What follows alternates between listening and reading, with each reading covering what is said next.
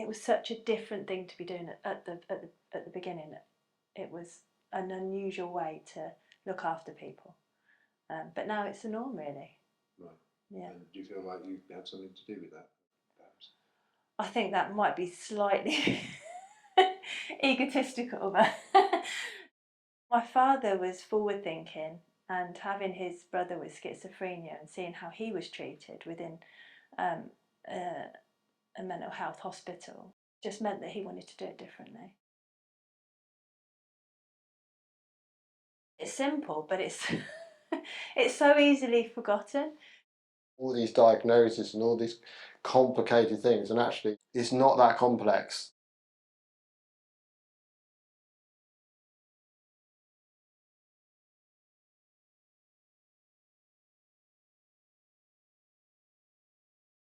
It definitely evolved from being a family, and it was, yeah, Dad's and Mum's passion to just look after people, but being a bit maverick, he did look at it differently.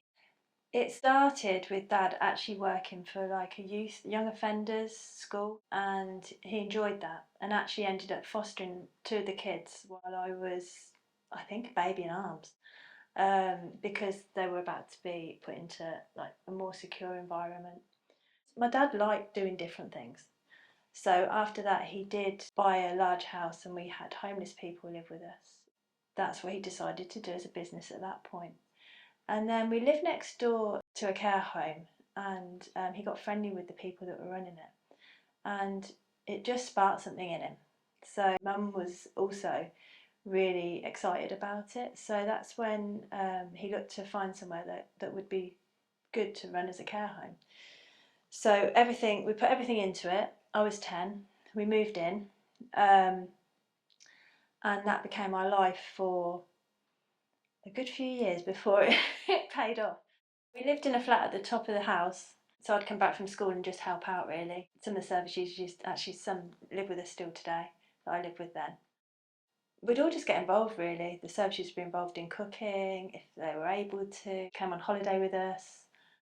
My childhood was spent going swimming with the guys on a certain night after school, and it really was a family environment. I'm an only child, but I haven't had a quiet upbringing. The organisation itself is, dramatically changed from obviously what Laura's talking about, her father started.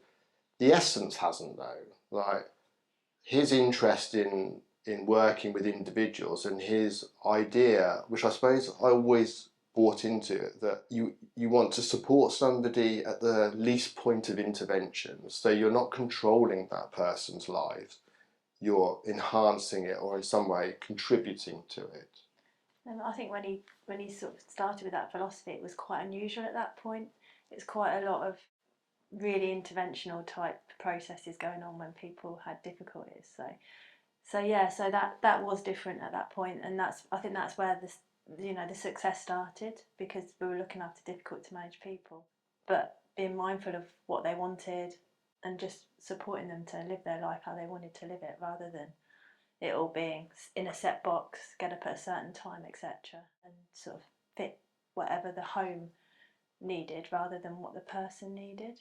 We have, until recently, 2 of our own family members within our homes. So Laura's grandmother lived in one of our homes, and her uncle, who had schizophrenia, we looked after until he passed away last year.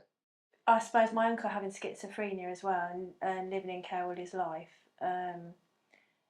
definitely meant that Dad was more caring. He looked at it as about empowering people to have a say in their own lives and actually to decide what they want to do, because his belief was that if people are doing things that they enjoy doing and are enabled to have the life that they want, that they'll exhibit less difficult behaviours, and it worked. That's actually it. Is it? Yeah. And it's a bit weird sitting there listening, thinking you hear all these diagnoses and all these complicated things, and actually what he's talking about then 30 years ago is true today. It's like, it's not that complex. Stop making people do things they don't want to do. Give them the space to do what they want to a degree, then you might be surprised what people can achieve. And has it actually changed that much? Not really.